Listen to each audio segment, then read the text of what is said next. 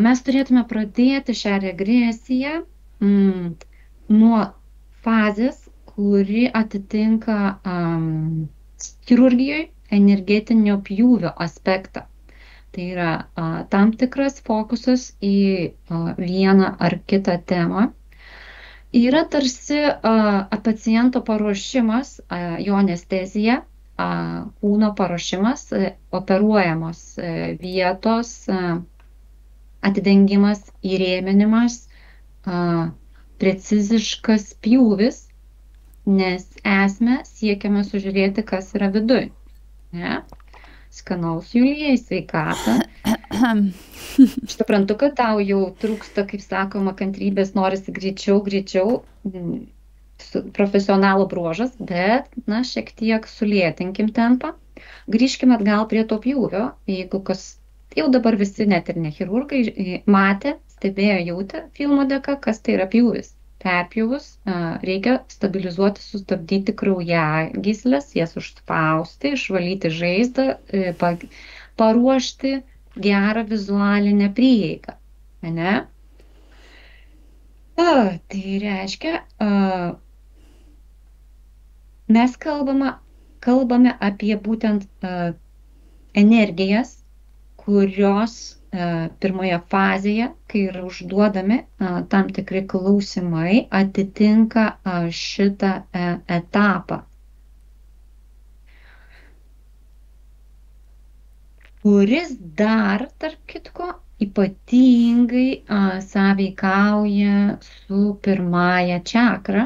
Mes savasias, aišku, apsaugom, bet jeigu stebi žiūrovas, tai gali, kaip ten sako, kaip tie ženkliukai prie filmų, tai gali turėti pasekmių, ne? Vienokių ar kitokių perdėm dinamiškų pasekmių jūsų kasdienybei, nes kasdienis gyvenimas, kuriame einate į darbą, mokate mokesčius, jisai yra grįstas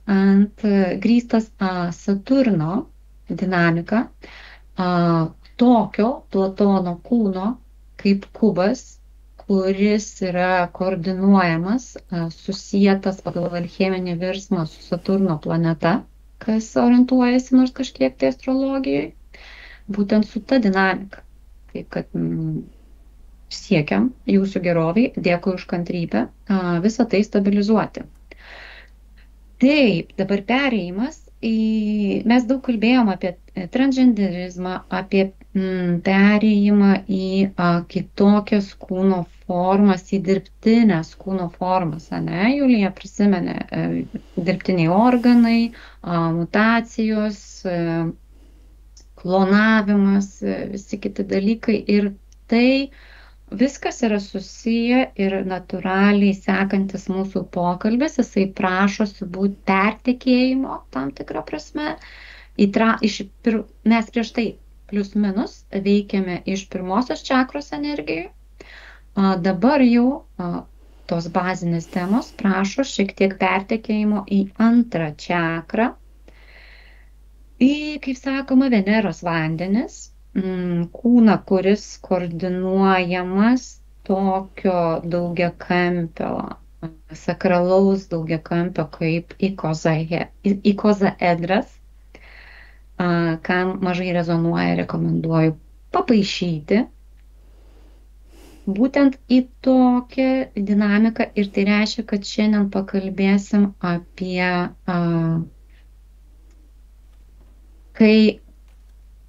apie tai, kur visa tai vyksta, tai yra bet koks kūnas, jo gimimas ar net bet kokio organo užauginimas, mechaninis surinkimas, jisai yra susietas su tais virpesiais, kuriuos mes suvokiame, kai girdime žodį gimda ir procesai, kurie vyksta gimdoje. Ar mes kalbėsime apie dirbtinę gimdą?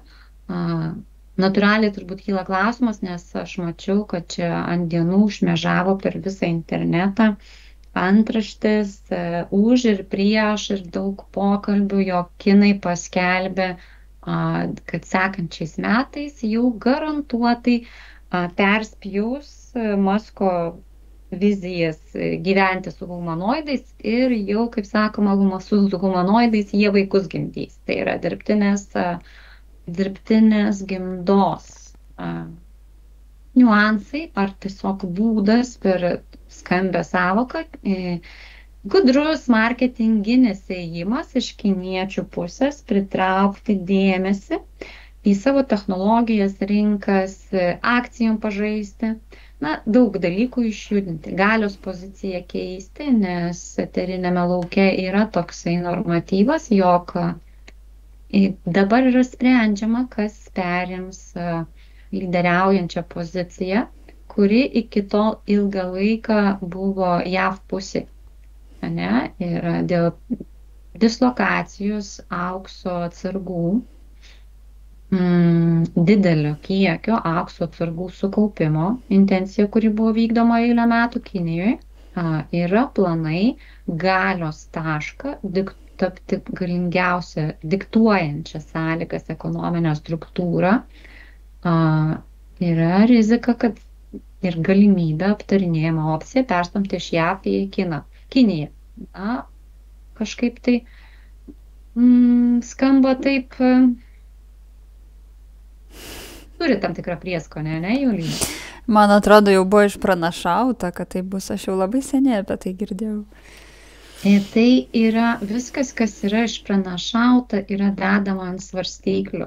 Ir kur tos svarstyklės judės, nes viskas privalo judėti, yra tokia šitos realybės, yra taisyklė, tam, kad jinai galėtų, jei būtų leidžiama būti, joje vis tiek turi būti palikta erdvės judesiui, nes kitaip jinai kenks aplinkiniam realybėm, net jeigu jos yra ir labiau išsivyščiusios. Tai yra toks aspektas, kad 50-50, taip sakom, ar ten, ar čia vaikšto reikalai šiuo metu. Bet mums aktualu kitas, kodėl mes daėjom, kaip mes daėjom iki šito dirbtinės gimdos momento. Reiškia, kalbėtis reikia pereiti, grįžti, išskleisti dirbtinės gimdos tą momentą, tam tikrą prasme atlikti pjūvį į tuos laikus ir tą periodą, kai atsirado dar vienas astralinis 50-50 niuansas, atsirado minorinės čakros. Tai yra antrosios čakros, asmenybinės čakros, atkartojimas, kada susikūrė iliuzinis perėjimas, kai fizinė realybė ir asmenybinė, mentalinė realybė tapo atskirtos. Tai reiškia, mes turim kūno čakras, visi jau kaip ABC žino, kaip jos eina, bet yra minorinis atkartojimas kūno čakrų, kuris atspėkite, kur prasideda. Nori, Julija, atspėti, kur? Norėčiau, bet abejoju ir atspėsiu. O tu pasakai, kad tai paklausk, išsiskyrė. Kaip hipnooperatorius turi teisę paklausti publikos, kad tau pasufleruotų. Publikos. Nežinau, kur. Man dar ten mintis ties ten, kur išsiskyrė fizinis kūnas ir mentalinis, ne? Jo, teisingai pastebėjai. Mentalinis kūnas iš esmės prasideda ties 5 čakrą, nes daugiausiai nervinių atšakų per klajoklinių nervų sistemą vienu metu kaip vienas pluoštas ir atstumo iki smegenų atžvilgių ir bendro išsišakojimų kiekio sueina daugiausiai į veido sritį ir ypatingai į sritį, kuri yra ties kaklo kaukolės pamatu, balso stygomis, tai yra 5 gerklės čakra, yra riba, atskirimas, kuris ir žymi tą perėjimą į kitą struktūrą. Logiška, ne?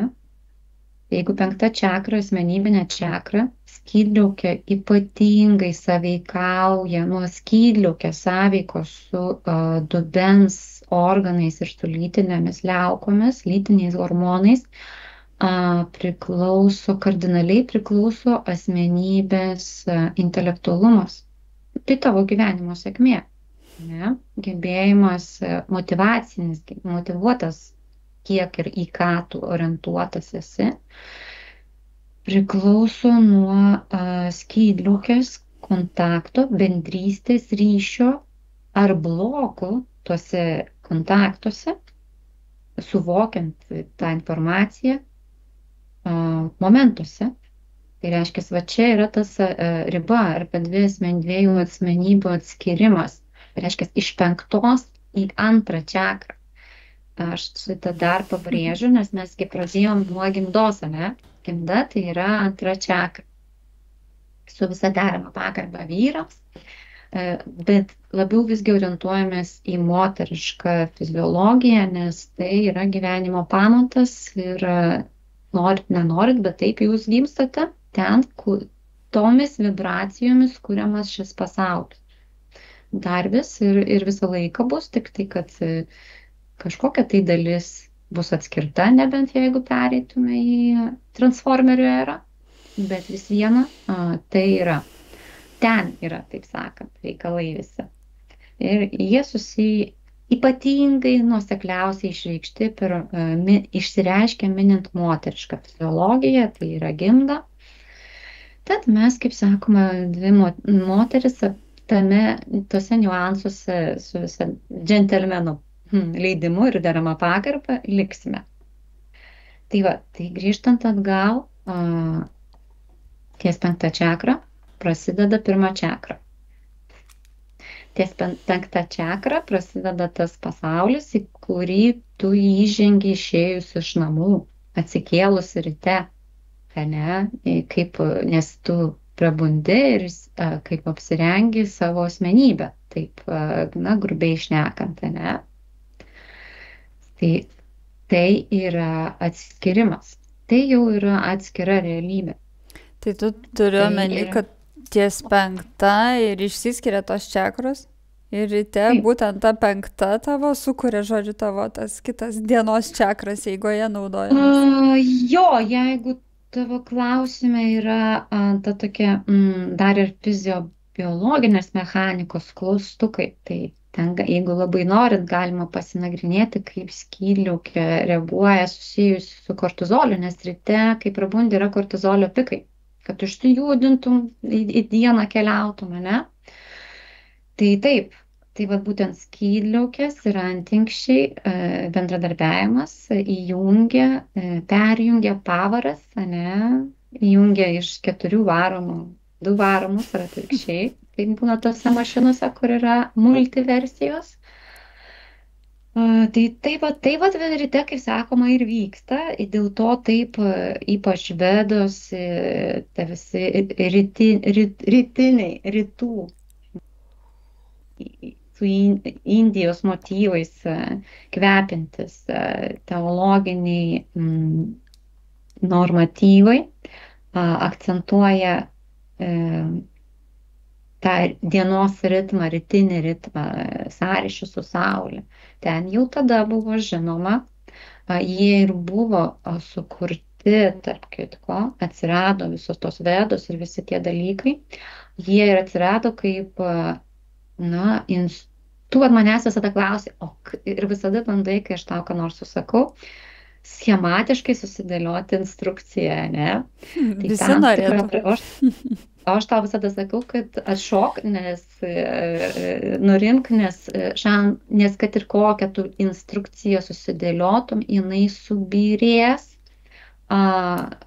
prie pirmo žemės drebėjimo, tai yra prie pirmų stresinių aplinkybių, kai tu atsidursi kitokioje elektromagnetiškai agresyviau veikiančioje, šaudančioje, ne, aplinkoje. Bet kaip toks bandymas buvo visos tos Vedos, visi tie senieji tekstai iš tos pusės ateinantis, joga, visi kundalinis sužadinimo aspektai, tantrinė filosofija, viskas kilo iš to, kad atsiradus realybės suskaidimui, poreikiui atriboti nuo tam tikro, išmokyti, atriboti nuo tam tikro energetinio spektro, kad galėtų veikti, valdyti kūnus paviršiaus gyventojai, ne, ir atlikti jiems pavestas užduotis, tai yra veikti kitų interesų vardan, atsiriboti nuo savų interesų ir veikti kitų interesų vardan. Na, tai tam tikrą prasme būti socialinio mechanizmo sraigteliu ir geruoju, ir išnaudojimo aspektu, ir bendrakūrystės aspektu, visais atvejais. Tam reikėjo perėjimo į kitaip veikiančių čakrų, reiškia vis smegenų veikla. Kas tai yra čakros, kaip jos užgimsta? Čakros, tai ką visi sako, kaip energetiniai ratai, vis tai yra atitinkami smegenų centrai, plus dar koordinuojantis tų organų veiklą, koordinuojantis iš aplinkos ateinančias vibracijas susijusias su tais dažniais, kuriais veikia tos liaukos, kurios sieja su atitinkamam čakrom, ne? Reiškia, pasikeitė smegenų struktūra, pasikeitė genetika smegenų, pasikeitė aktyvumas centrų, kaip kurie centrai pajėgia atlaikyti informaciniam stresui, kas vėlgi visokios katastrofos su Atlantų žlugimu susiję reikalai. Reiškia, smegenys adaptavosi, nes mesgi žinom, kad smegenys turi tokį mechanizmą adaptuotis, net jeigu pažįsta dalis smegenų, ne, kita smegenų dalis gali perimti, smegenų žemėlapiai keičiasi ir jie tiesiog, na, kaip pagal tą posakį, gera vieta retai kada ilgai būna tuščia. Jie perima funkcijas, jie dualizuoja, jie adaptuoja, jie konvertuoja. Tai va, tokių situacijų metu, kad pasikeitė smegenų aktyvumas, kai pasikeičia ir kondensuojasi aktyvumas, reiškia, tai yra energetinis sūkurys to vietoj.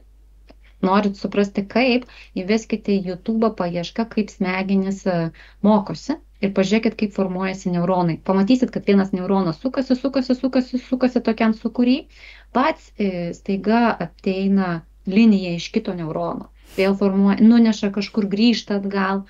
Tai, tai yra vizualika, jeigu norite fiziškai pačiupinėti kažką panašaus, kas yra čakros. Plius minus, kad įsižeminti, ne, į šitą suvokimą, kad kokybiškai turėti prie jo prieigą bet kur, bet kada ir tame tarpe po truputį atsistatinėti prieigą ryšį su savo fiziniu kūnu. Tai šitą momentą pažiūrėkit. Okay. Bet mes grįžtam atgal į tas minorinės čakras. Tai kai pasikeitė smegenų aktyvumas, tie centrai, kiti centrai taip suaktyvėjo ir sukūrė sūkurinius dažnius, kuriuos iki tokio lygio vientisus, ne, turint išbaigtinę centralizuoto sūkurio formą, kad nori nenori atsirado toks fenomenas antrinių čakrų sistema. Tai pagrindas ties asmenybės čakra. Logiška, ne? Asmenybė veikianti iš ego, prioritizuojanti savo idėjas ir jos bazė, jos pirma čakra ties asmenybinė čakra. Antra minorinė čakra tai gerklė. Antra minorinė čakra kaip atvaizdas malonumų generacija, netgi čakroje yra toks centrinis taškas, nervinis mazgas, gomuryje, kuris fiziškai stimuliuojamas, sukuria viens prie vieno, tik kad mažesnių kalibrų būsena, orgazminės būsenas, būdingas lytinio orgazmo atžvilgiu, ne? Reiškia, stimuliacinis mechanizmas tas pats, bet jisai susijęs su kalbėjimu, su virpinimu oru, su praktikomis, kurių metu liežuviu yra dirginama ta vieta, tai yra vienuoliams, ar kitko, būdinga praktika tam tikrose budizmo atšakose, arba tarp kitko atkreipkite dėmesį, ar tikrai jūsų liežuvis burnoje, kai tylite, visą laiką guli ramus. Nustebsite, pastebėję, kaip juda jūsų liežuvis, net jeigu jums atrodo, kad jisai yra ramybės būsena. Įdomu. Tai dar vienas toksai vyšnaitė ant torto.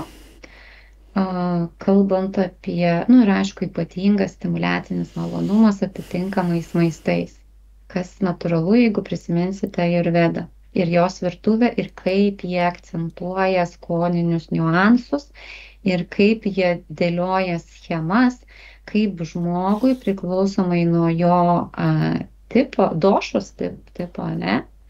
Ten pita, vata ir taip toliau, bet techniškai tai yra tam tikros, jie kalba apie tai, kad visus galima suskirstyti pagal genetinius dėsningumus į tam tikras plius minus, ne, grupės, į tam tikrą intervalą, kurios apima tos grupės. Ir reiškia, pagal tai jie sako, va tau, va su tokia genetika, ne, su taip veikiančiu kūnu, va tokia mityba tave labiau stimuliuos, aktyvins. Tau tokia. Tai čia mes dar prie šito grįšim, nes čia labai svarbus momentas.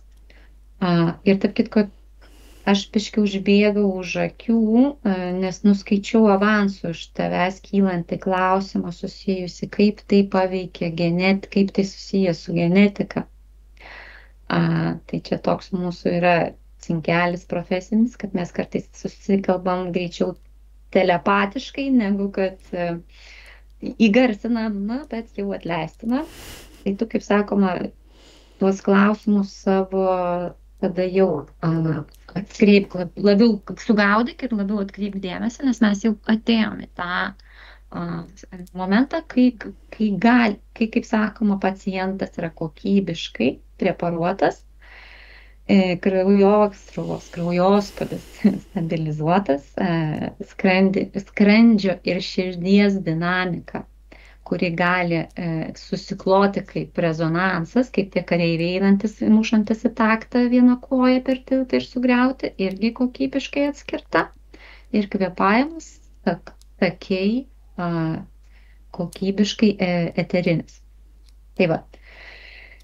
Tai grįžtam tada atgal, kur palikom. Iš trečios į antrą, iš antros į trečią čakrą. Reiškia, trečioji čakra, minorinė čakra ties nosies galiuku ir dėl to sako, o kur kiši savo nosį, ne? Arba ilga nosis. Pinokio istorija irgi yra metafora, daug okultinių metaforų turinti istorija. Dabar aš galvoju, yra ten dvi istorijos. Tiksliau, net man sufleruoja iš eterinio lauko, kad jeigu mini Pinokį, tai reikia turėti omeny, kad yra kelios versijos. Ne? Viena yra būtent ta pasaka, kur mes žinom apie medinį, o kita yra tam, kas išaugo dar rusų animacijos laikais, yra šiek tiek su kitaip pakeista. Naratyvas, gal tu atsimeni? Rusų animacijos tai nežiūrėjau.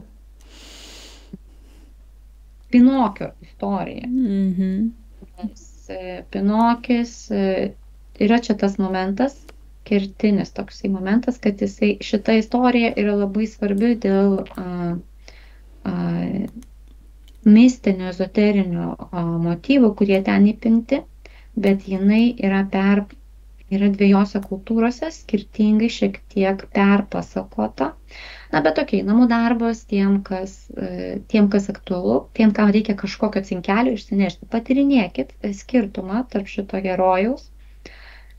Daug įdomių atradimų pastebėsite, nes kurie palengvins jūsų trečiosios čakros ties nosies galiuku būsenas. Taigi, nes melavimas, kurio metu medinuko nosis ilgėja, trumpėja ir medinuko svarbiausia. Nes medis tai yra tas, kas įžemina kosminės energijas, gražina, surenka anglį, kurios pagrindu visa gyvybė Žemėje yra. Mes esame anglies pagrindu sukurtais fiziologiniais kūnais operuojančios eterinės būtybės. Ir dėl to medis yra toksai svarbus.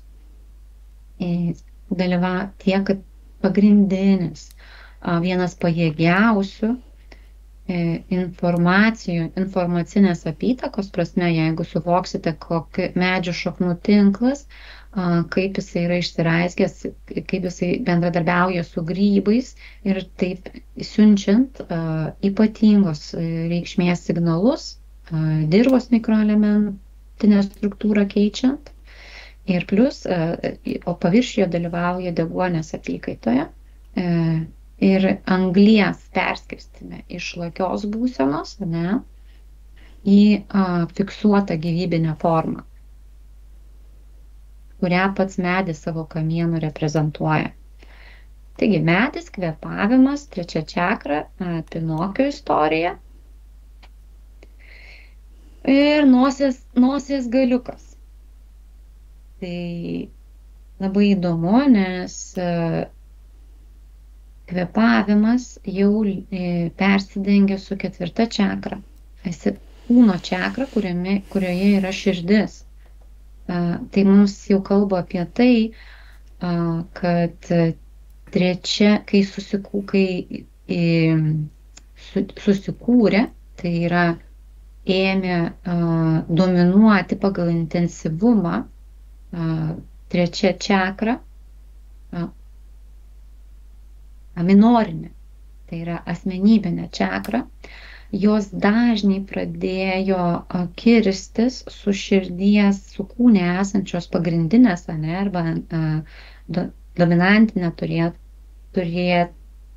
kuri turėtų būti širdies čakros dažnis. O kodėl taip yra, arba ką fiziologinio pagrindo tam reikia ieškoti? Reikia ieškoti tokiame mediciniškai aprašytame fenomene, kai skrandžio problemos pasislepia ir simptomatiškai viens prie vieno nusistato, atrodo, kad reikia ieškoti problemų su širdimi, persidengia. Tai yra mediciniškai yra dokumentuota, kad yra aiškus atvejai, kai skrandžio ir širdies simptomai persidengia. Tai reiškia, kas tai yra signaliniai aspektai sueina į tam tikrą rezonansą, sukimba, kad yra sunku atsirinkti, kas ir prie ko. Ir tai vėl eina atgal, turi estradinį, energetinį giją pagrindą į atsiradimą minorinių asmenybinių čakrų, energetinį dominavimą, tai yra taip aktyvumas, toks tirštas, toks kondensuotas aktyvumas, savarankiškumas, kuris permuša. Ir kodėl? Todėl, kad skonio ir uoslės receptoriai yra visiškai identiškos ląstelės. Tai yra tai, ką tu atrodo, kad jauti kaip skonį ir kaip kvapą. Kodėl su sloga dingsta skonis? Nes tai yra visiškai identiški receptoriai, tik priklausomai nuo to, kurioje pozicijoje jie yra, jie tau duoda tokį rezultatą. Jie fiksuoja, tai yra kiek skanus oras, kokia skoninė maistinė vertė oro, kokia skoninė maistinė vertė maisto. Ir kaip sakoma, iš čia ir šaknis. Taip ieškomos mūsų gerbiamųjų medikų, kas čia darosi, kodėl skrandžio ir širdies problemų simptomatika gali persidengti, ne? Nu, pasirodo, reikėtų kelti visą ajurvedą, visas vedas, visą sanskritą ir eiti dar giliau į tai, ką ir kur ir kaip ten tie atlantai prisidirbo. Ir visiems kitiems pridirbo. Ir kaip bandė atitaisyti, kad būtų galima vystyti civilizaciją, gyventi, mėgautis gyvenimu tai grupeliai aristokratų valdžios, kuri išliko ir nusprendė, kad vieniems mėgautis pasauliu per daug nuobodu, kad reikia iš naujo susikurti svitą ir, kaip sakoma, familiją, vaikų, anūkų ir provaikaičių, su kuriais galėtum žaisti namus, karus, Santa Barbara ir panašiai. Ne? Tai va, tai tokie reikalai susiję su pirmosiomis trijomis veido minorinėmis čakromis, kurių atsiradimas yra ypatinga indėlį turi tai, ką Blavatskai vadino, ne? Jie sukūrė mają, jie sukūrė iliuziją arba tiems variantams, kai visi čia sako, pabuskime ir kelkime iš realybinio, iš išmoktos instinktyvios ignoracijos priežastinių aspektų, kas, kur, kaip, kodėl, su kuo susiję. Tai yra sąmoningėkime. Ne, jeigu labai supaprastinant šituos reikalus.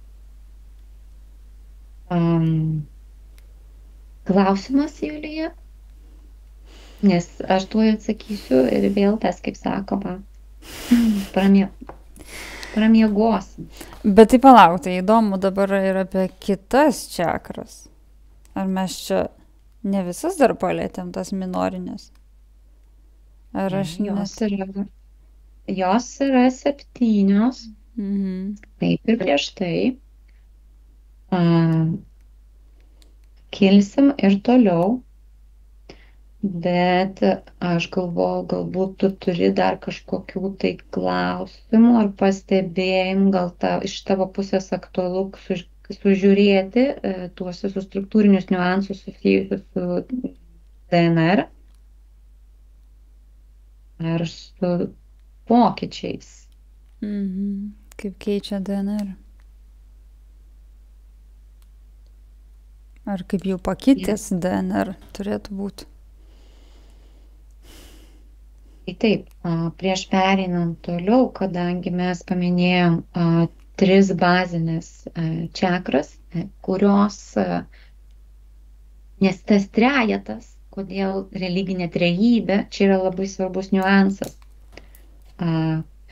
kurios iš tiesų taip pakeistos, perkeltos, superpozicionuotos kvantiškai, užimti tą struktūrinį lauką, kuris apima net ir širdies dažnius, ne? Tai yra 3 čakros, o jau jos veikia tame diapazone, netgi užkloja tą diapazoną, tam tikrą prasme gali virsti interferentiniu triukšmu širdies vedimui. Ne? Dėl to visi šiais laikais savęs ieško. Taip, signalai, širdis, kodėl labai svarbi yra kūno širdies čakra. Širdis turi atskirą sistemą, visiškai atskirą neurologinę sistemą. Širdis yra ypatingai įdomiai susuktas pati iš savęs širdis, yra kitkas nei pompa, jinai yra labai įdomiai susukta spiralė, atitinkanti tai, ką mes suvokiam kaip Fibonacci struktūrą, ne? Auksinis verpetas pusiausvyros, energetinių dažnių pusiausvyros perskirstimo, taškas rezonatorius, tai, routeris.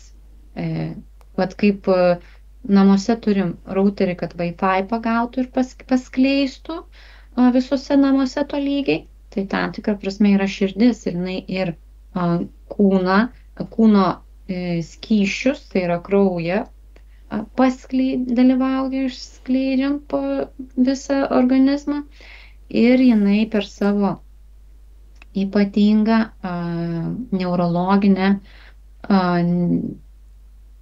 nervinę struktūrą pagauna, koordinuoja, bendradarbiaudama su 8 čakra, kuri yra tokia sakrali ir paslėpta, kad apie ją netgi sąlyginai yra draudžiama kalbėti. Jūs mažai kur išgirsite, kas tai yra 8 čakra. Tik tokius blankius pastebėjimus, kad lyg tai kažkur ten velyja virš galvos ir panašiai. Tai yra paslėpta, tam yra priežastis, bet jinai yra susijusi su hipotalamo liauka, pagumbrio liauka, jeigu fiziškai, kuri yra sankirtos taškas tarp galvoje, tarp neurologinio ir biocheminio valdymo. Tai yra nervinis signalas, vandens pagrindų išsiskiriantis nerviniai ir kūno hormonai. Ten prasideda, susieina ir į ten ir ta liauka ypatingai komunikuoja už intuiciją susijusią su širdies neurologinė sistema, ne? Koordinuojant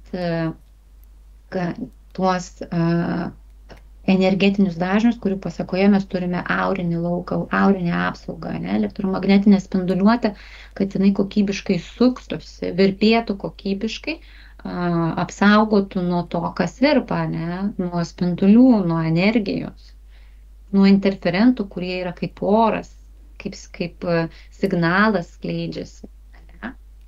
Tai vat įsivaizduok, dabar grįžtam atgal, o jeigu tokį darbą turi veikti tarp galvos ir širdies, informaciniai srautmainai, susikalbėjimai, tarp komandinis darbas, ne? Ir kaip tokiai komandai dirbti, jeigu staiga atsiranda krūva bambalių vaikų darželis, pagal amžių patirtį, vis tiek tos minorinės čakros, jos jau yra jaunesnės. Jų energetika dar yra per mažai nusišlifavusi, jinai aktyvesnė, tam tikrą prasme jinai naujesnė, dinamiškesnė, lyg ir teoriškai pajėgesnė, bet gylio ir tolygumo, mandagumo, ne, kurį mes suprantam, siejam su patirtimi, lankstumu, trūksta. Ir va toks vaikų darželis aplinkui, triukšmas, ne, už sienos chebra, kaip sakoma, jaunimas metalą šoka, ar ten repą, ar reivą, ir susišnekėktų, kaip sakoma, visų aplinkinių, viso namo geroviai. Kaip kita dalis to namo gyventojų nusprendė, kad jų, kaip sakoma, muzikiniai pomėgiai, na, dabar yra tas, ko reikia. Tai vat tokia yra situacija. Sudėtinga, ne? Sudėtinga. Ir tai irgi, ir čia dabar vėl, tu paminėjai DNR, toks keistas klausimas, višta ar kiaušinis pirmiau. Tam tikri genetiniai pokyčiai tam tikrose individuose lėmė veiksmus, kurių pasakoje pasikeitė išorinis elektromagnetinis laukas, aplinkybinės sąlygos gyvybei kurtis, gyventi, funkcionuoti, persikūnyti, o pasakoje įvyko masinės genetinės mutacijos, iššaukusios poreikį, sužadinusios koncentruotis ir atsirasti naujai čakrų struktūrai. Ir ta nauja čakrų struktūra, jinai dar labiau užaštrino genetinės mutacijas iki tam tikros baigtinės formos, kurioje mes esame dabar ir kurios pagrindais yra sakoma, kad mes įstrigę, kad dalis mūsų genų yra šiukšlinė DNR, tai yra, kad mes daug daugiau pajėgus, atsinešam visą sėklą savo auroje, bet tik tai nuo įdirbio, gebėjimo išgirsti tai, kas palikta užnugaryje, tik nuo šitų dalykų priklauso, kiek tu jas išskleisi. Tai va. Tai toks sudėtingas atsakymas į klausimą, kas įvyko anksčiau. Višta ar kiaušinis, genetinės mutacijos ar čakros pakito ir tada čakros iššaukė genetinės mutacijas. Ir viena ir kita sąveikauja nuolat, nes viena ir kita yra atspindys. Tai kas pirmiau keičiasi veidrodyje žiūrint, tu ar atspindys. Techniškai tu pastebi savo pokytį atspindyje greičiau, vizualiai. Ne? Bet pirmiausiai tai pokytis įvyksta dar kitur, negu kad tu išoriškai save suvokiantis vientisumas ir tavo to vientisumo atspindys. Visur yra tokia dinamika, nuolatinė kaita. Tai toksai būtų atsakymas, toksai niuansas prieš keliaujant toliau. Taip įvyko genetiniai pokyčiai, jie iššaukia domino grandinėlės principų susikertančias šoninės, foninės reakcijas ir įsitvirtino kaip tam nauja genetinė norma, sakykime taip, ane? Tai ir priežastis, ir taip atsirado tas santykis ar priežastis, ane? Kai 3 uždengia ankstesnius 4. O kodėl 4? 4 yra vėlgi Saturno skaičius, 4 yra anglies struktūra, molekulinė struktūra, tai jinai turi 4 stabilias atšakas, kubinės atšakas, 4 yra tas vadinamas sankirta, kryžkelė, ypatingai pažįstama tiem, kas nagrinėja senosius tos Atlantidos mokymus, tai yra, taip, iksiukas pasuktas tam tikrų kampų, ne? Moterišką lytį lemianti genetinė medžiaga, taip žymima. Taip žymima 4, tai yra kažkuo, kas turi vienodas 4 atšakas, yra žymimas pats pagrindinis, ilgiausias į kūną einantis klajoklis nervas, liečiantis visas, sujungiantis visas čakras, minorinės, mažorinės, einantis iš galvos, per stuburą, į visus organus, į kojas, į visur. Jis žymimas lotyniškų iksių. Atsirado, atrastas ir pažymėtas lotyniškų iksų. Tai yra skaičius 10. 10. klajoklis nervas.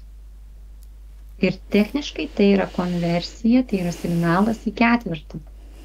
Ir per tai grįžtam atgal, matai, kiek sudėtingų sluoksnių, kaip 3 perdengia, interferuoja, ar išbando tavo, kaip sakoma, širdies vedimą. Ir čia yra priežastis, kodėl ta vadinama tymus liauka, ta drugelio, ir kitko drugelio pavidalo, tai yra, jinai fiziologiškai šitą struktūrą primena dar ir skydliaukę. Tai yra ta liauka krūtinės centre, kuri vystosi, pagrindinis imuninis centras, kuris vystosi vaikystėje, po to tiesiog ima degraduoti. Tai va čia dar yra priežastis. Su tuo susijusi taip, kaip atsispindėjo fiziologiškai genetiniai pokyčiai, struktūriniai, ideologiniai pokyčiai. Ok, ir jeigu tada grįžti atgal iš trejeto, per 4 atgal į trejetą ir tada vėl į 4, bet jau dabar net aš spėju, kad tau tai jau akivaizdžiai atsekama esmė, struktūrinės tinklas, bet jau ir stebėtojams turėtų būti aišku. Apie kokius čia skirtingus trejetus, 4 mes šokinėjam, tai yra per pojūčius, turite jausti tam tikrą pilnatvinį aiškumą, įsižeminimą, bet be prieskonio pažeminimo, sumenkinimo, o kokybiško aiškumo ir suvokimo galimybių, ribų, bei netgi teisių, akreditacijų ar polėkių, būsimų esamų polėkių ir kaip galima juose kažką keisti, išsilaisvinti. Bet tuo pat metu kokybiškai vėlgi į kažkur tai įsižeminant, nes to reikia kitaip, be įsirėminimo. Išsilaisvinimas be įsirėminimo ir susisiejimo su kažkuo tai būsi balionėlis, kur tave, kaip sakoma, aplink žemės rutulį. Sukios, o išeiti vis tiek draudžiama. Tai geriau, kaip sakoma, išsilaisvinti, bet sąmoningai ir aiškiai susisieti ir pasirinkti modifikuotą paleidžiu variantą. Tai yra sveiku protu, racionaliai administruojama kryptį. Vat tokia yra tikroji paleidžiu, atleidžiu, priimu. Tokie yra tikrieji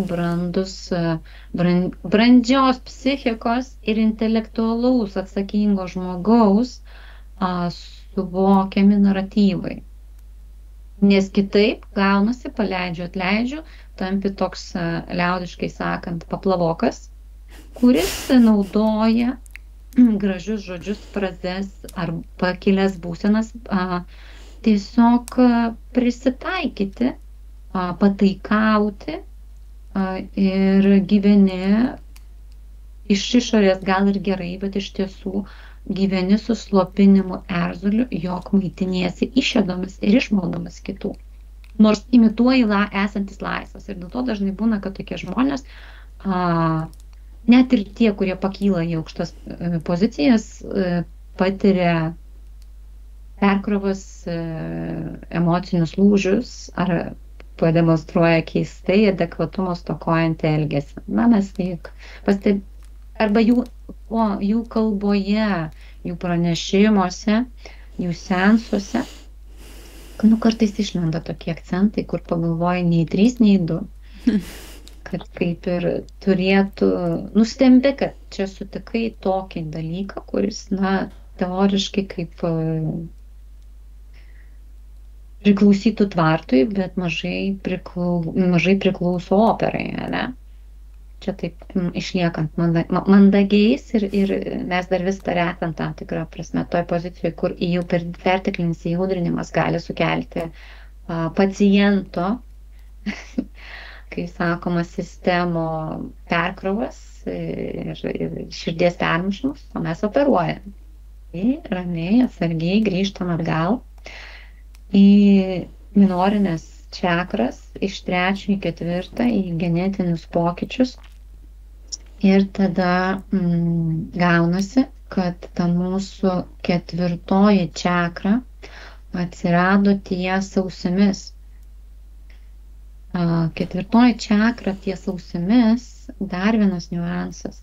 Ausyje yra pats mažiausias žmogaus kaulas. Ir jis mažiausias fiziškai. Bet jisai yra pats jautriausias, nes jisai surenka ypatingai platų, tu gali girdėti tam tikrą prasme, ir negirdimus virpesius, ne, jisai surenka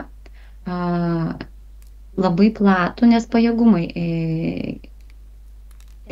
tas kaulas yra giliau, skirtingai nei akis, kurios mato tik tai tam tikrą diapazoną, ir tada labiau apsaugotus.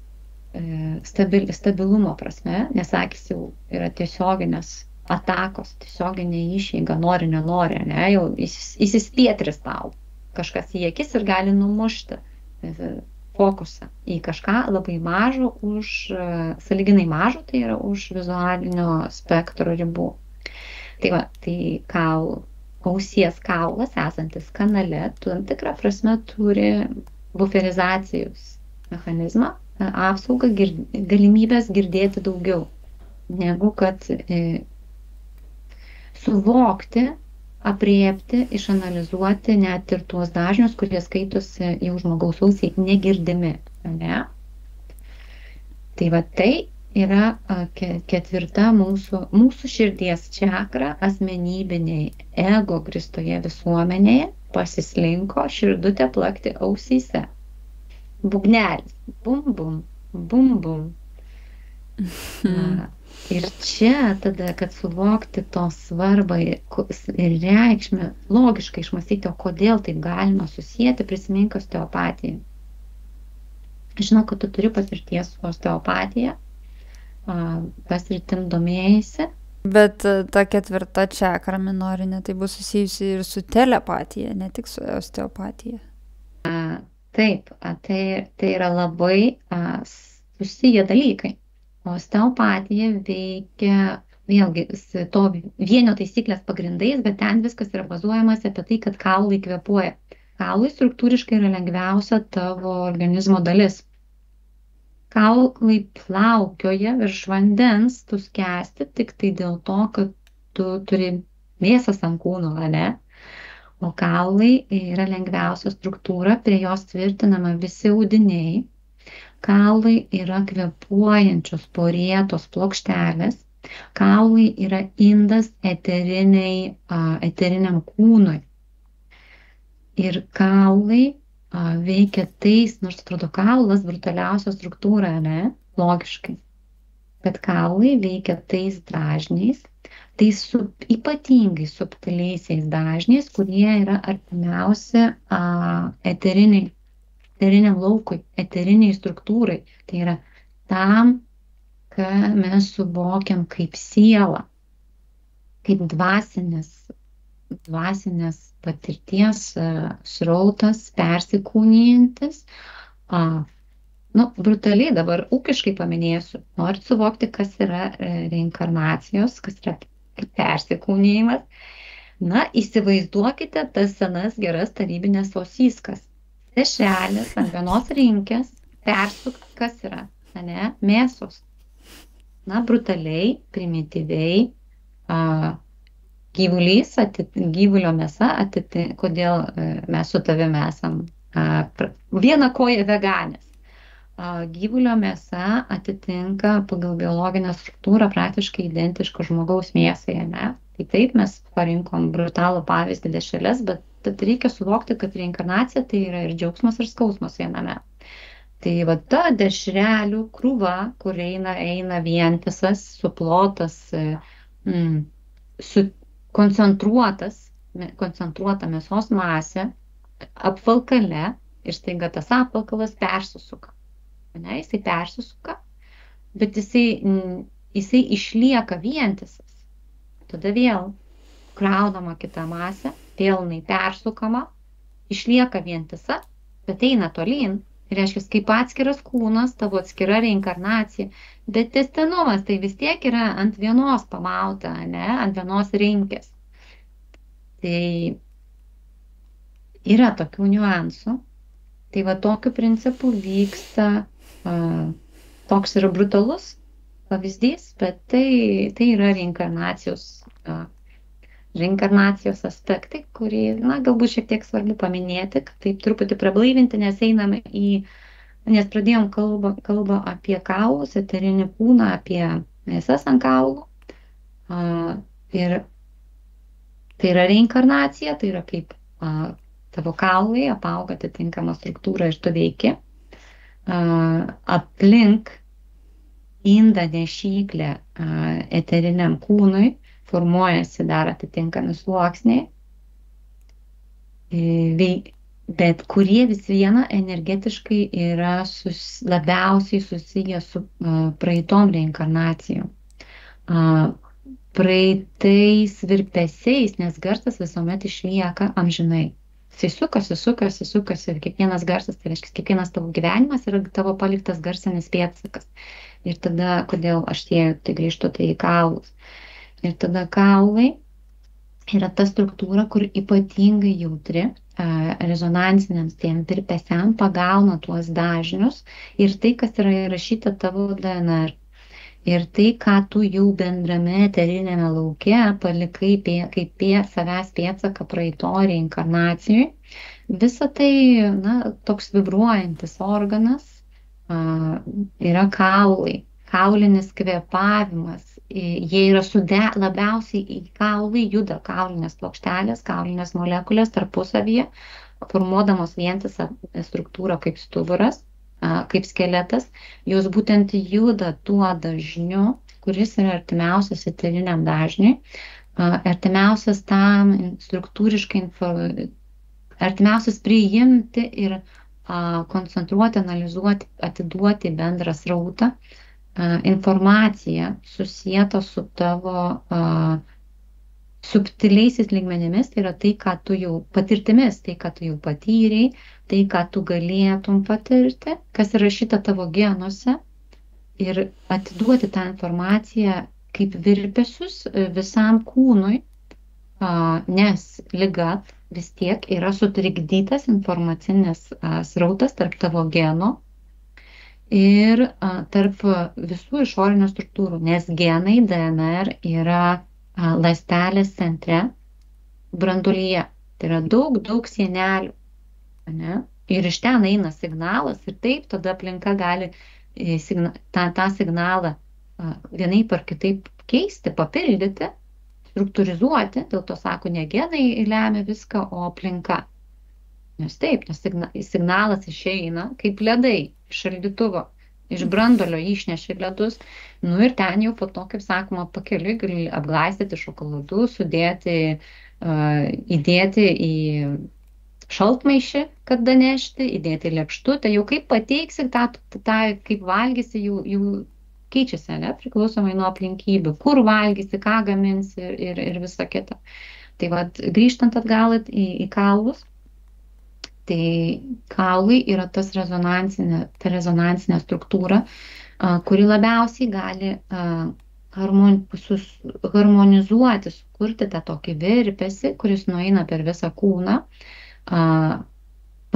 ir padeda, buverizuoja komunikaciją, genetinę komunikaciją, kurios pagrindais veikia organai, veikia visos struktūros, susitraukia, išsiplečia raiščiai, suskausta, nurimsta, pusiaujo strėnų skausmai, šlubčiojimas viena koja, mykčiojimas, tai yra tokį pokytį osteopatai sukuria, ne? Visuminis pokytis. Tai tam tikrą prasme tai yra tapatu telepatijai, kai kažką girdi daugiau ir suvoki, kaip tai integruoti į visą visumą. Ne? Atiduoti, kas tai yra, telepatai nuskaito visą informaciją, tai yra kas girdisi, kas paslėpta, su kuo tai susiję, kaip persipina, nes jeigu mes kalbam apie kokybišką telepatijos principą, taip veikia telepatija, tai yra daugiau negu pasakyta, daugiau pagalvoti arba išgirsti save galvojant, ir tada tai ištransliuoti žodžiais, garsais, tai jau yra daugialypės konversijos, ne? Daug kur nueiti, paimti, nuplauti, supjaustyti, iškepti, paserviruoti. Telepatai girdi, telepatijos principas yra išgirsti ir tai, kas patiekta, per ką visą tai perėjo ir netgi kas liko nustumta šone, dar tik laukia eilės. Tada jie iš karto nuskaito, kaip pirminiam variante viskas yra. Sugeba veikti visą visumą, duoti grąžinti tą tokį pasiūsti harmonizuojantį signalą per tam tikrą informaciją, kaip ir tuo pačiu principu iš esmės ašis labai panaši, kaip ir veikia osteopatai. Tai yra švelnių prisilietimu, be grubios intervencijos, nes argi telepatas nueina ir purto. Pasakyk gyvatė, ką ten vakar darei? Klausosi telepatas. Klausosi net ir jeigu ir vizualizuoja, vis tiek klausosi. Nes mes matome tik tai 2D. Tai yra priekį. Plius minus gerai 3D, bet šiaip matai plokštumą, kai vizualizuoji. Ir nenori, net ir telepatas klausosi. Nes profesinė atsakomybė įpareigoja tikrinti ir įpareigoja vengti, optimizuoti broko aspektus. Nes čia telepatai jau žaidžia rimtoj lygoj, kur yra žmonių likimai, ne šiaip tipo tik tai, bet jie gali pripinti tau klaidingą, jeigu jie klaidingai klausosi ir paskuba vizualizuoti, jie tau gali įpinti į tavo aurą parazitinę energetinę struktūrą, parazitinį prisiminimą, parazitinį magnetinį krūvį, kad tu ten buvai toks ir toks, darai tą ir tą. Tai, ir tai bus, o iš tiesų taip veikia kitas į tave panašus žmogus, ne? Ir tada jie, ta kuriamoji žodžio gale, yra rizika, kad suplaks du skirtingus žmonės į vieną, supins du skirtingus dažnius, nes tavo reinkarnacija yra kaip signalas, o signalai gali vienas su kitu susipinti, ne? Vienas kitas slopinti, vienaip ar kitaip, įeiti tam tikrą trinti. Ir tada reikės kitam gyvenime su tuo žmogum, kaip sakoma, aiškinti santykius. Kieno ten energija? Nuėjai pas telepatas biškiai užsižiopsojo, regresiją darydamas. Yra ir tokia rizika, nes visi suprantam, kad taip atsitinka operacijose, chirurgai dėja, bet yra tendencija, kad net ir operacijos metu chirurgas gali traumuoti, pažeisti ar net pristigti atsakomybės, kurios pasakoje pacientas žūva, tapti mirties priežastimi. Tai yra pažeidos priežastimi. Taip yra. Visi stengiasi kaip geriau, bet būna visko. Tai čia visur yra tas pats. Kaip medicinui, kaip chirurgijai, visokių kraštutinumų būna, tai dvasinėje chirurgijoje nuimkime, kokybiškai romantizuokime. Tam tikrą prasme dvasinėje chirurgijoje galbūt galimybės platesnės, instrumentai netgi aštresni ar praktiškesni, bet ir čia yra broko. Arba yra atsakomybė užkrato, ką reikia sužiūrėti. Tai grįžtant atgal į 4 čakrą ausyse, į garsos kaip virpesio sąsają su širdimi, su telepatija per tą prizmę, kad tai yra visa aprėpiantis. Tai asmenybės, kai pasikeitė situacija energetinė, pasikeitė smegenų neurologinis aktyvumas, smegenų centrų dinamika, susiformavo papildomos čakros, tai reiškia, ta 4 čakra susieta jinai yra dalinai susieta ir su vizualika, bet visgi jeigu jau taip grynintis tikslėje šaknį, 4 čakra yra ties ausimis. Už tai ir sako, liaukis man makaronus kabint ant ausų. Tai yra, kai po tave vynioja ir tave bando ideologiškai vienaip ar kitaip išnaudoti ar slopinti, tai sako, liaukis man, kaip sakoma, trikdyti ryšį tarp širdies ir smegenų, intuityviųjų informacijos kokybę greičiausiai, nuosekliausiai atrenkančių centrų. Tai taip yra. Tokie dalykai. Tai 4 čakra. Einant kuri labai persipina su 5, kuri dabar yra ties akimis. Tai mūsų asmenybinė čakra, nauja asmenybinė čakra atsirado ties akimis. Logiška, ne? Kur mes gyvenam? Ai, kaip gražu pažiūrėti. Svarbiausia, kad gražiai atrodytų. Svarbiausia, kad idėjos paviršius būtų aštriai kabintų. Tai yra gražiai atrodytų idėja. Gražiai atrodytų momentiškai figūra. Sukurtų tam tikrą įsimenančią formą arba tam tikrą įsimenančią emociją, tavo aprangos detalės vaizdas. Ne? Tai per vizualiką, hedonizmas, taip sakant. Ganėtinai logiška mūsų asmenybės, mūsų pasaulis tapo pagristas, mūsų ego tapo orientuotas, tai yra ką matau. Akis 5, nauja 5 asmenybinė čakra.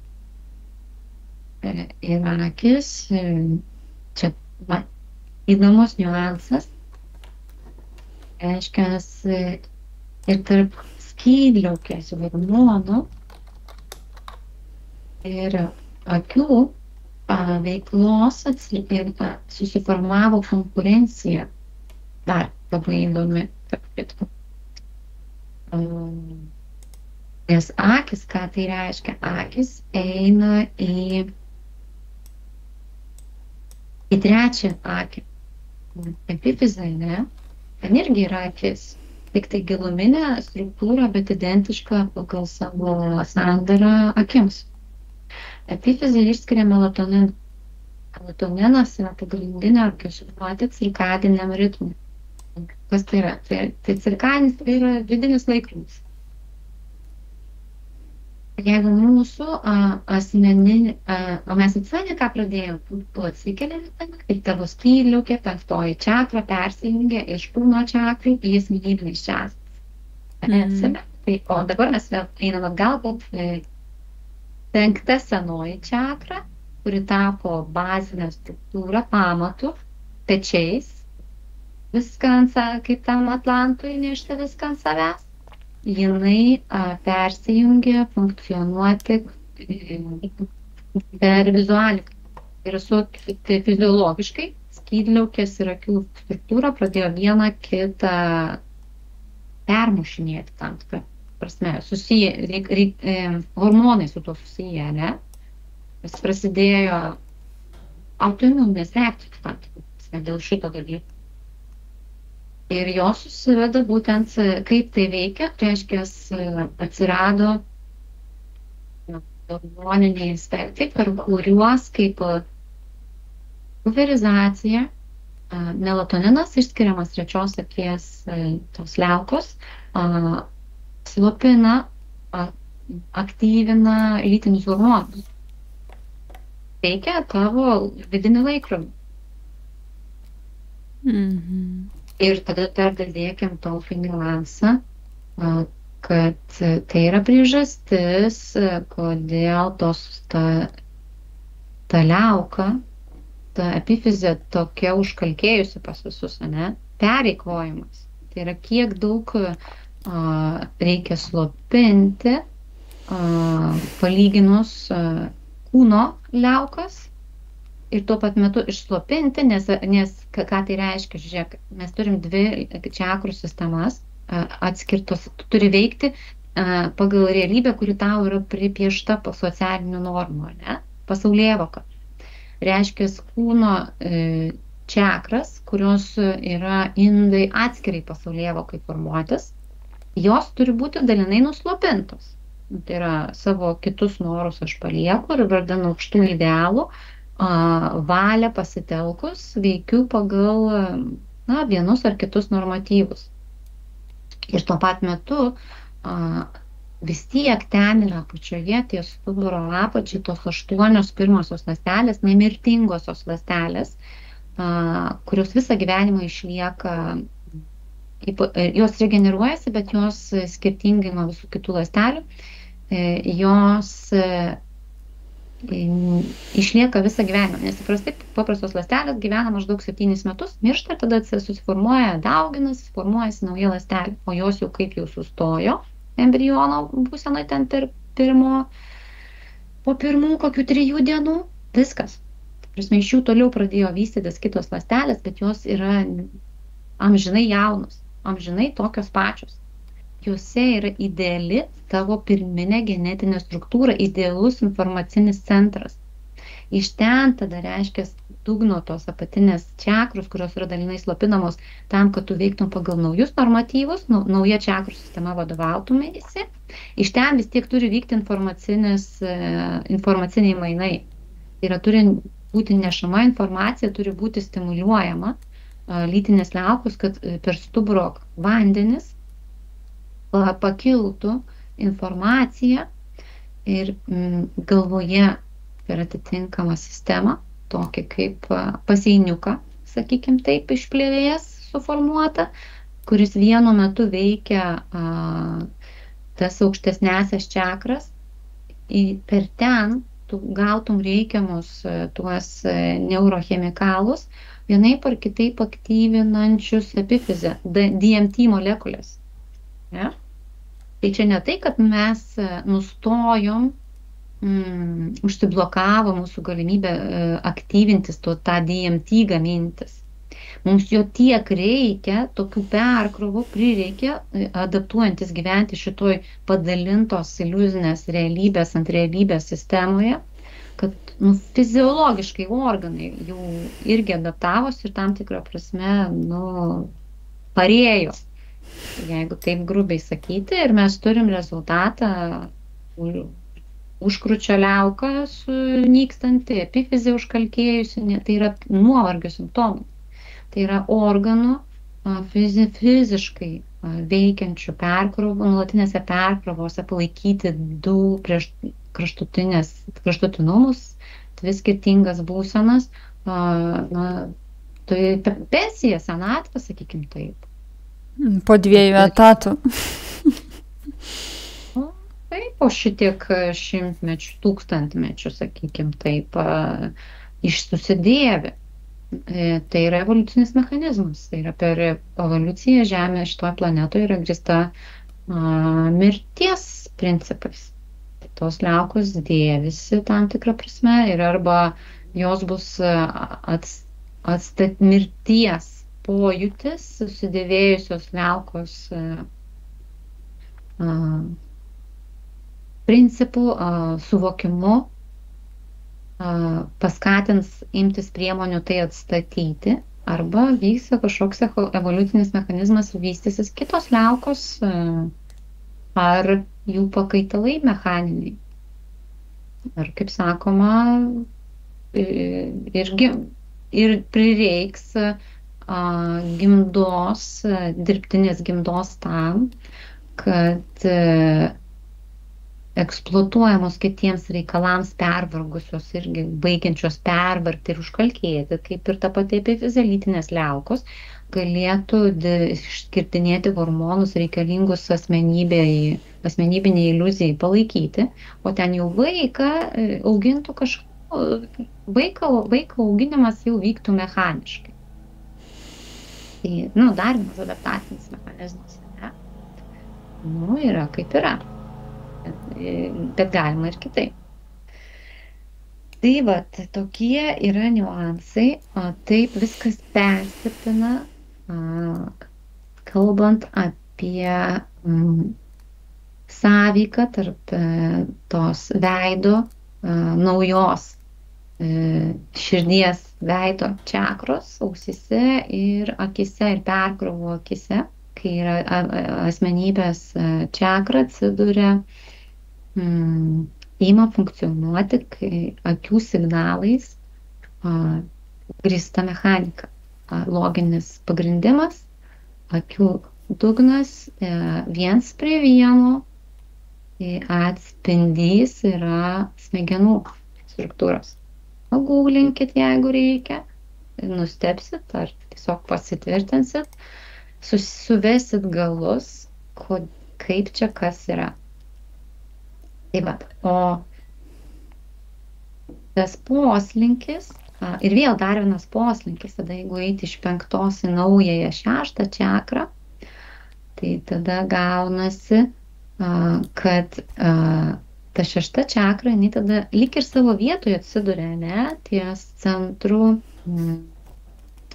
centru kaktos, kur ir buvo ir ankstesnė kūno čakra. Yra epifizė, ne? Kur trečia akis?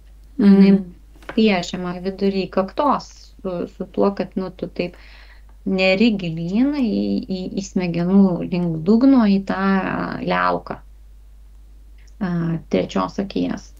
Tai jos ir gaunasi, kad jos tarytum persidengia, turi lyg ir patogu iš vienos pusės, kai buvo ta sistema planuojama. Tai buvo lyg ir už tai ypatingai hinduizme, iš kur atsirado tas tradicija žymėti, jiegi ten turi tą pažymį tos krituliukų, ypač pas moteris.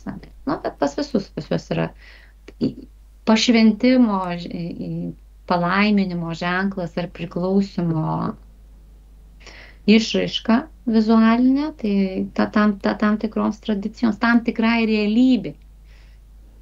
Ten tau gali pripasakoti daug dabartinių variantų, ką čia reiškia, kaip čia svarbu, taip toliau, bet pirminis eiti atgal, eterinį lauką ir klausytis, tai kaip iš tiesų buvo, kaip išsiskleidžia, kaip tie lotoso žiedlapiai atsiskleidžia, kaip iš tiesų buvo, kokie pirminiai funkciniai aspektai viso to. Tai yra priminimas, suzipintas variantas būtent šito dalyko, 2 čakros asmenybinė čakra, tai yra kaip tau liepiama matyti arba kaip tu pasirenki, kokiame žaidime žaisi ir kaip yra iš tiesų persidengia, 2 pasauliai persidengia, matymas skirtingas. Ta pati čakra, lyg ir toj pačioj pozicijoje, bet jinai skirta matyti skirtingomis kryptimis. Tai yra viena akis į kairę, kita į dešinę. Nei žvairas, nei kreivas. Viena paviršių labiau, kita giliau, kaip iš tiesų yra. Teoriškai taip turėtų būti. Bet kadangi viskas susiplaka į vieną, atrodo, kad viskas čia gerai. Ilgainiui, supranti, adaptuojasi ir ilgainiui pasimeta informaciniai, kaip būna su daugeliu gerų idėjų, kurios ilgainiui virsta ir vėl diktatoriškais momentais, diktatoriškais aspektais. Tai pakeisti pasaulį, o po to patraukia ale kankintojus ir dar labiau kankinti pradeda. Tai deformuojasi. Dėl to, kad taip, tokia yra tendencija. Persidengia ir patogiau, mažiau pastangų eiti paviršutiniškai.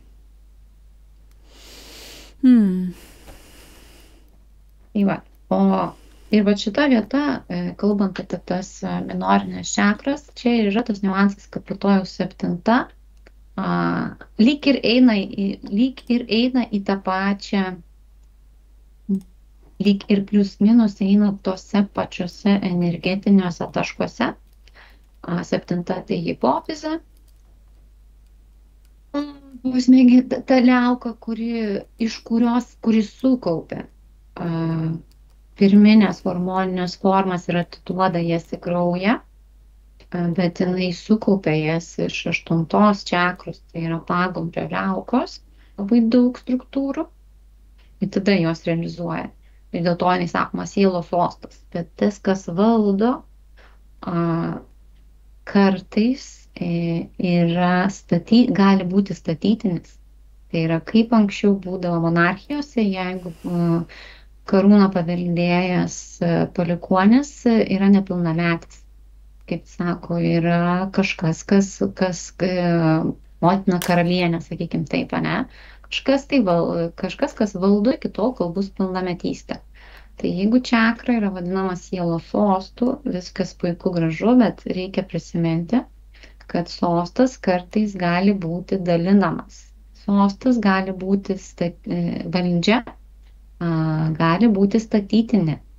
Tai yra, gali ją ir iš kitos pusės, vėlgi, patraukime, man sako, aš išgirdau klausimą eterinį, o kodėl viskas tik taip dramatiškai blogai.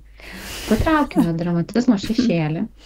Valdžia yra greigų grįsta laisvės ir demokratijos principų. Tai kažkas vienas yra viršūnėlė, ledkalnio viršūnėlė, kuri atstovauja visumą. Tai ne ar gerąja, ar blogąja prasme, čakra, kuri yra sielos sostas, yra tam tikra prasme statytinis, ne? Kažkieno tai projekcija koncentruotos, kažkieno viltis, mintis, tikslai. Ir štai yra normalu, kad logiška, kad hipofizė sukaupia atitinkamos sąveikauja su 8 liauka, tokį trikampį formuoja, nes trikampis yra pagrindinė bazinė forma, kuri šioje realybėje yra materialumo pirmas etapas, bazinis etapas. Nori materiali forma, į kurią įeisi, yra iš tiesų trikampis. Bet kadangi yra privaloma, kad viskas suktųsi, tai tas schematiškai, tas trikampis kaip organinis junginys, jisai visuomet bus sferinis. Tai yra suk trikampį, tu pradėsi matyti jau nebe trikampį, o rutulį. Tai tos 3 čakros, jos formuoja tokį trikampį, kur yra hipofizė, yra pagundžio liauka ir yra trečioji akis. Ir trečioji akis, jinai brėžia, tai kitko labai, iš kur tas trikampis. Jinai siunčia signalus tiek į hipofizę, iš hipofizės gauna signalus hormonų pagrindais. Melatoninas sąveikauja su tom visom proformom, kurias išskiria hipofizė. Tuo pat metu trečios akies liauka dalyvauja, siunčia signalus ir dalyvauja atitinkamų hormonų gamyboje, koncentracijoje ir jų tada išskirime, kad kauptųsi hipofizėj. Tai yra kaip trikampė, įsivaizduoju, trikampė, ne? Eina signalas į vieną pusę, eina signalas į kitą ir visą laiką eina tame trikampyje, sukasi rotacija tokia signalinė. Tai yra lyg ir vienas vieną veikia, bet per kitą galą, kaip sakoma, žemesnė trečios akies liauka veikia aukščiausiąją liauką, kuri yra grįžtamasis taškas tarp kūno liaukų ir tų naujų liaukų, tai yra tarp senos realybės ir naujos realybės. Ir tada per tą grįžtamą į tašką įeina į naują realybę, nusileidžia į hipofizę kaip tam tikri hormonai ir vėl virsta visa hormonų tešla dubeniu, iš kurio imi ir kepi pyragėlius, priklausomai pagal poreikį, kas reikia atsekėjama vėl tai pačiai trečios akies epifizai, skydliaukiai, akims. Matai, kaip viskas dualiai, tarytum 2 sluoksniai, va čia megapolių gyventojams labai suprantama, arba tie, kas Indijoje buvę. Kai vienu metu ypatingai didelis srautas pereina, tai kur megapoliai, tai kaip visi tiltai yra akvedukai. Tai yra vaikšto, vienas į apačią važiuoja, kitas viršum važiuoja, daug skirtingų krypčių, nors mes esame įpratę, kad jeigu yra vienas taškas, viena plokštuma, tai reiškia, turi būti tik, į priekį ir atgal. Ta prasme, jeigu jau norim daugiau krypčių, tada mums tarytum reikia X formos sankryžos, kad judėjimą reguliuoti, bet tai jau bus tada reguliuojamas judėjimas. Jeigu mes turime omeny judėjimą kaip ne srautą, kuris nuolat tęsiasi, tai tau yra tik iš karto kas iššoka 2 kryptis, pirmyn arba atgal. Mes taip pripratę paprasčiau žiūrėti. Taip, tai va, tai čia yra tas, sako, linijinis suvokimas arba iliuzinė realybė, kai tu pamiršti, kad iš tiesų gyvenime kaip tame New York'e, ar kur ten kitur krūva akvedukų gali būti iškelta ir kaip tie hormonai kūne, tai yra recirkuliacinis mechanizmas, lyg tai vienas daro vieną, bet tuo pat metu vienas pavaldus kažkam tai, bet per aplinkui, per kažkokius tai tarpininkus, pavaldumas keičiasi. Tai ar višta pirmiau ar kiaušinis? Višta išsirita iš kiaušinio, ar kiaušinį višta gimdo? Kol kiaušinis ritasi, višta gimdo. Žodžiu, ten viskas viename. Tai va, tu man pasakyk, kas pirmiau, ar kiaušinis, ar iš to kiaušinio viščiukų, kaip sakoma, išsilukštenusi ir būtybė užaugusi višta, kuri deda kiaušinius. Metafora, ne? Tokia aksioma, kuri tampa aiški tik tai jeigu tu prisimeni, kad višta dar perina tarpinės būsenas. Tai dar yra viščiukas. kažkas tarpinio ir tada signalas, juk reikia ieškoti tarpinių.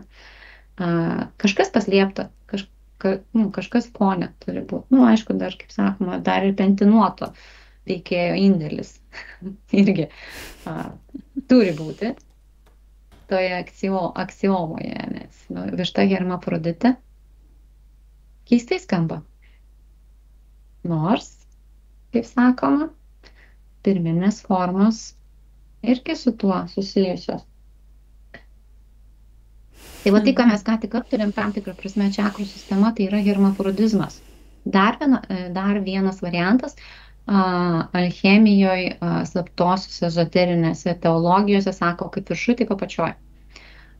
Mituose, kai taip pasako, iš Veneros ir Merkurijaus tipo vaikų, iš Hermio ir Afroditės vaikų gimė hermafroditai, turintis ir vyriškus, ir moteriškus bruožus. Tai yra dar viena koduotė, dar vienas simbolizmas, kad dėja, bet nuolat yra viskas persipinę dualų, viskas veikia kompensaciniu mechanizmu, kai kažkas vienas dalyvauja tuo pat metu ir energetinėse, ir fizinėse, ir elektrinėse, neurologinėse, ir skysčių pagrindais, emocijų, hormonų, nes kas tai yra hermafroditas, turintis ir vyriškus, ir moteriškus, vyrišką krūtinę, kuri turi pieno liaukas ir gali išskirti skystį, vyrišką varpą, kuri gali išskirti sėklą, irgi skystį.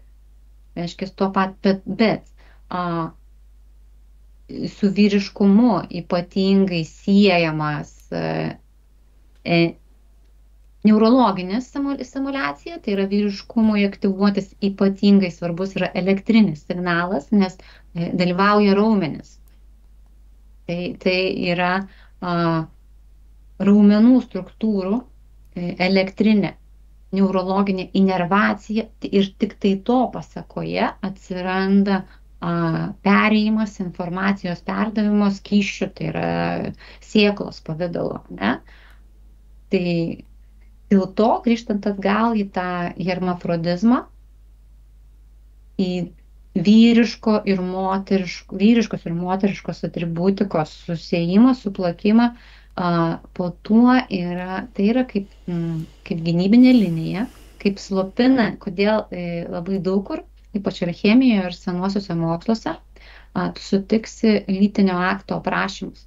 Tai yra gudriai sugalvota slopinimo sistema. Tai yra tik tai tas, kas susikoncentravęs ir kokybiškai susifokusavęs, gali pereiti ir suprasti, į kokius niuansus, į kokius biologinius, gamtinius reiškinius kreipiama.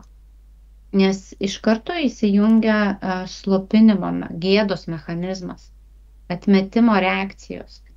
Nes labai daug, nes seksualumas vienaip ar kitaip yra kanonizuotas, valdomas. Ir tai yra kažkas labai asmeniška, yra daug smurto susieto su seksualumu, su prievarta, siekimu, troškimu, užvaldymu, prievartiniu gimdymu ir panašiai. Tai va, čia yra tas niuansas. Kodėl yra sunku suprasti, nes reikia perėti tą bazę, kad kalbama terminais, kurie dirgina brutaliai ir sukuria atmetimo reakcijas, nes dažnai atrodo, kad tai yra brutali dauginimosi iliuzija. Brutalaus, arba kad jeigu tai yra kažkas susijęs su intimiu aktu, tai jau mažai rimta. Tai, kad tai yra paviršutiniška, tokie spastai ideologiniai. Saviti, kuriais taip naudotasi buvo pratestuoti susidomėjusių, kaip sakoma, valią, kantrybę, grinumą, aiškumą proto, išlikti, siekti tų senųjų žinių. Ir tai yra labai svarbu. Ir tai buvo siunčiamas signalas apie tai, kad visur yra sąveikos. Intymus aktas yra sąveika. Dviejų prieštaringų, priešinga fiziologija, priešinga dinamika valdomų kūnų, ne? Ir viskas taip yra. Tai yra priešinga dinamika valdomi būviai. Ir visur dalyvauja arba elektra, tai yra kažkoks molekuliniai signalai, arba įtampa, arba skysčio pagrindų perduodamas signalas. Na, vat ir taip, tai yra dar viena užkoduota žinutė apie tas sąveiką tarp skirtingų čakrų. Kad tai yra svarbu, kad tai kuria triukšmus, tai yra mes jau tiesiog veikdami kaip asmenybė, sąveikaudami, siekdami tam tikrus tikslų, kažkokius tai misijas vykdydami savo socialinės, patys jau iš to kuriame triukšmus savo viduje, o dar kur kitų triukšmai. Ir reikia manevruoti, atsirinkti, susiderinti, išgirsti. Na, tai yra sudėtinga. Tai va, tiek reikėjo pereiti mums, na, tokį trumpą intro, kurį paskatino, vat, kaip sakoma, gerbiami broliai kiniečiai su savo triukšmingu pranešimu. Nors iš tiesų tai savaime susidėliosios aplinkybės į tai vedė, nes tai yra mūsų tyrimo dalis. Tai mes pamažu einam, skleidžiam atitinkamus niuansus. Apie tai, kaip suderinti iš pažiūros sunkiai suderinamus dalykus, tai yra kvantinis dualumas, superpozicionavimas vienu metu ir garso banga, ir dalelė priklausomai nuo stebėtojo iniciatyvos ar stebėjimo taško.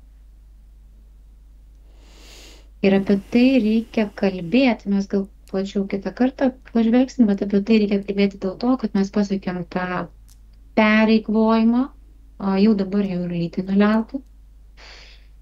Ir turim pagal egzistencinius normatyvus, artėja taip vadinamo pirmo kontakto metas. Tai yra mes jau kaip civilizacija per ankšti sunkiai išsitenkame mūsų civilizacinės pasaulėvokos naratyve, kosmosas mūsų laukia, Žemė mūsų valdžiai jau per ankšta. Tiksliau, nusibodo irgi vaidinti dvigubą iliuzinį atsilikimą nuo kosmoso platybių kolonizavimo.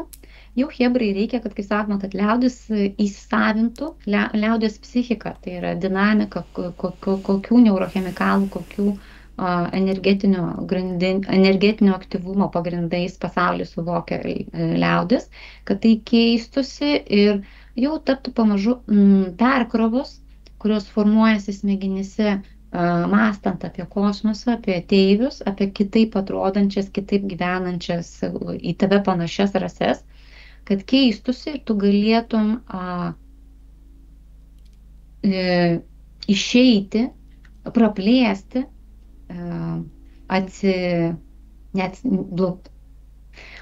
hebra. Iš karto labai didelis energijos susidomėjimas. Susidomėjimas, matytume tai, ką matau, visiems būtų linksma, kaip vaizdas. Kada jau čia eisim, kur čia eisim? Asamblėja primena, vaizdas, vizualika primena tą gerąją prasme, tą asamblėją, kaip per žvaigždžių karus ten būdavo, kai senato susitikimas, daug visokių kosminių atstovų. Tai va, mintis ta, kad kiekvienas iš tų kitų, pradėkime iš kito galo, jų yra fiziologija kitaip, jų fiziologija yra kitokia energetika, grįsta išsiskiria kiti hormonai. Tie hormonai kuria kitokias bangas, kur jos išsispinduliuoja nuo jų ir jūs nenori sutikę, pamatę per teliką tokias būtybės, jūs sureaguosite su tom bangom, lygiai taip pat, kaip sureaguotumėte su nauju kvapu arba kitokią dujinę atmosferos sandarą, ir jūsų kūnas į tai irgi sureaguos ir jam ir kūnui reikės gaminti Tai įeis į jūsų kūno reakcijas, tai paveiks, kokius hormonus jūs išskiriate, tai paveiks, kokias mintis jūs mastote, ta prasme, kad pasikeis fiziškai tam naudojamas substratas, proporcijos ir jos gali sukurti imuninės perkrovas, jūs galite susirgti, jums gali sustoti skrandis ir jums tada atrodys, kad aš pamačiau tą humanoidą ir tas humanoidas, jisai yra blogis, nes nuo jo man sustojo skrandis, ne, jeigu tokios inertinės reakcijos. Kodėl? Todėl, kad mes veikiam iš antros, iš iliuzinės realybės, tai yra mes gyvenam didžiąją dalį dienos, mes gyvenam bazinę mechaniką čakrų, kurios yra perkeltinės, kurios yra asmenybinės, kurios yra minorinės ir mes esam atskirti sąlyginai, kad išgyventume, kad kurtume bendrą vidaus produktą pagal kažkieno matymą, esame atskirti, blokuojame savo kūno pojūčius. Ir dabar staiga yra toks, ne praraja, bet į įeigą, ne? Kai kažkas yra atskirta, tai reiškia, yra kažkokia anga. Ir dabar per čia staiga įeina nauja informacija tarp tavęs ir tavo asmenybės. Ir netgi ne taip, tiksliau, įeina informacija, tavo kūnas sureaguoja, o tavo asmenybė yra atskirta nuo to kūno. Ir tu esi išmokytas, įpratęs blokuoti atitinkamas kūno būsenas, ne? Ir staiga pats kūnas sureaguoja visiškai kitokias ir išskiria visiškai kitokias būsenas. Taigi tau šokas, kaip sukontroliuoti kažką naujo. Tai dirbtinė gimda, mūsų pokalbis apie vienokius ar kitokius variantus genetinių, klonavimo genetinių mutacijų, transformerių ir auginimą robotuose ir kaip atsirado tos čakros, tai irgi yra paruošiamieji etapai, labai svarbus, labai reikšmingi momentai, visus liečiantis, keisti pamažu, atkreipti smegenų, taip, atkreipti dėmesį, signalų, nes išgirsti, tai virs tam tikrais signalais, susigersi tam tikrus smegenų centrus ir ten truputį sutrikdys standartinė trintė, nes yra kitokia amplitudė ateis. Virs žodžiai mūsų kitokio dažnio amplitudėms. Ir ten pamažu jau pradės, taip sakoma, eiti mikrošoko būsenos. Gerąja prasme, tu treniruosies, ne? Kaip po traumos atsistatyti reikia pamažu, kinezioterapija, optimizuojant skausmo aspektą, bet pamažu žmogus atsistato. Tai tokie pokalbiai, tokios mintis, tai yra pamažu tas sugrąžinimas, paruošimas kūno, kad bus pokyčiai ir paruošimas ryšio kanalų su naujaja čakrų sistema, kad chebra, žiūrėkite, bus tsunamiai, bet mes jau steigiam iš ankstinę perspėjimo dėl tsunamio, sistemą, tai viskas bus gerai, visi spėsim plius minus spėsim optimizuotis. Ir to reikia visiems, ir to reikia valdančiai publikai, kuri nori įvesti, ir tai siekiama, į tai vedama per aplinkusių tokiais pranešimais dirbtinė ranka, dirbtinė gimda, klonavimas ir panašiai. Nes jiems kuo greičiau kasdienybė tai taps, tuo paprasčiau bus gyventi tiems, kurie tuo jau naudojasi ir tada jiem taps komfortiškiau. Tinks poreikis apsimetinėti, kad aš esu labai senas, aš pasidariau jau entąjį kloną, bet aš turiu tą kloną gaminti bent jau išoriškai sukiužusi tokį, pavargusi tokį, kad turiu demonstruoti vis tiek tam tikram diapazone senėjimo tos pokyčius, ir reiškia valdyti galiu tik tai tam tikrą, nes turiu numirti, ir po to turiu persirašyti save į kloną kitaip atrodantį, tai po pseudo sūnumi pats savo virsti. Ir labai viskas sudėtinga. Tai jiems tai būtų gerokai paprasčiau. Tai čia daug triukšmo, daug skirtingų interesų. Kokia ten košė verda. Tai dar turėsime apie ką pašnekėti sekantį kartą, bet plius minus. Esmė yra ta, ir aš dar pabaigsiu, kadangi nuo kūno pradėjom, į kūną grįžtam, pacientas jau operacija baigta, paskutinės siūlės kvėpuoja pats ir gaivinasi.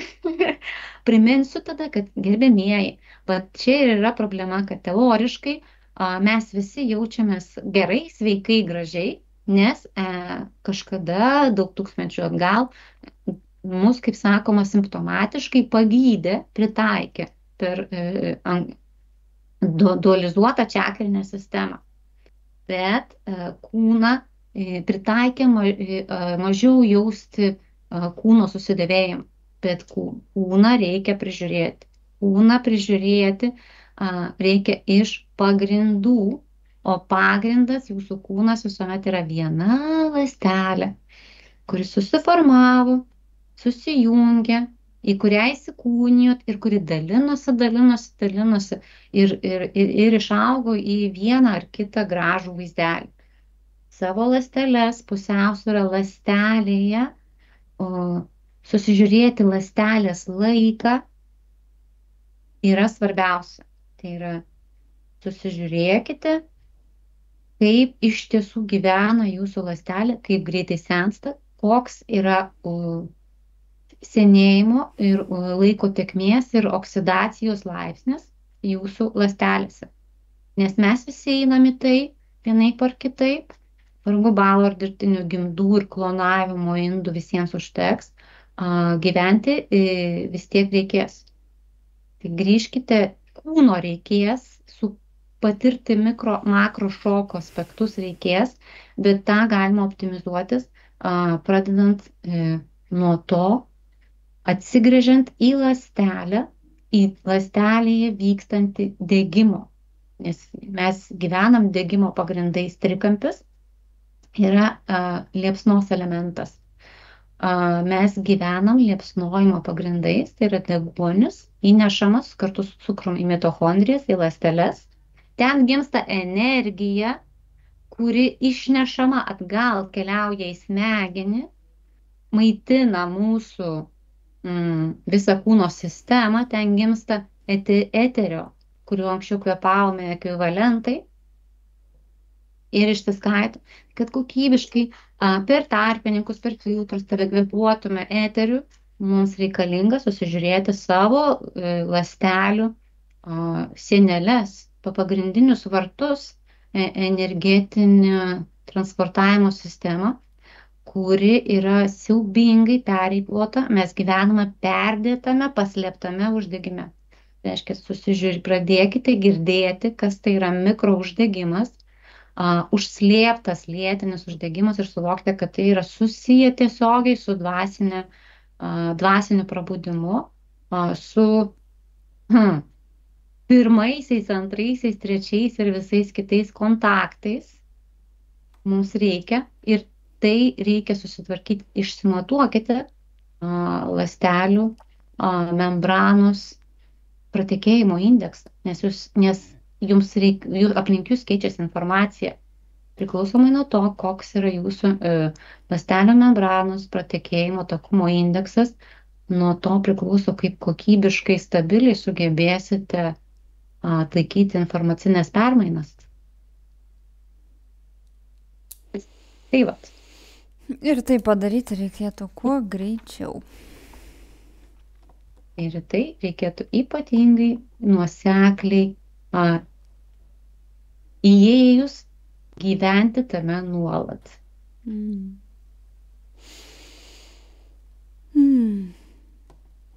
Jau galima dabar. Taip sakant, galima jau ir peržegnojus į visus po sekmadieninių mišių paleisti. Kas nežino, tai šiandien sekmadienis. Tai dabar visi įkvepiam, iškvepiam, seilę nuryjam, pojūčiai stuburo kanale,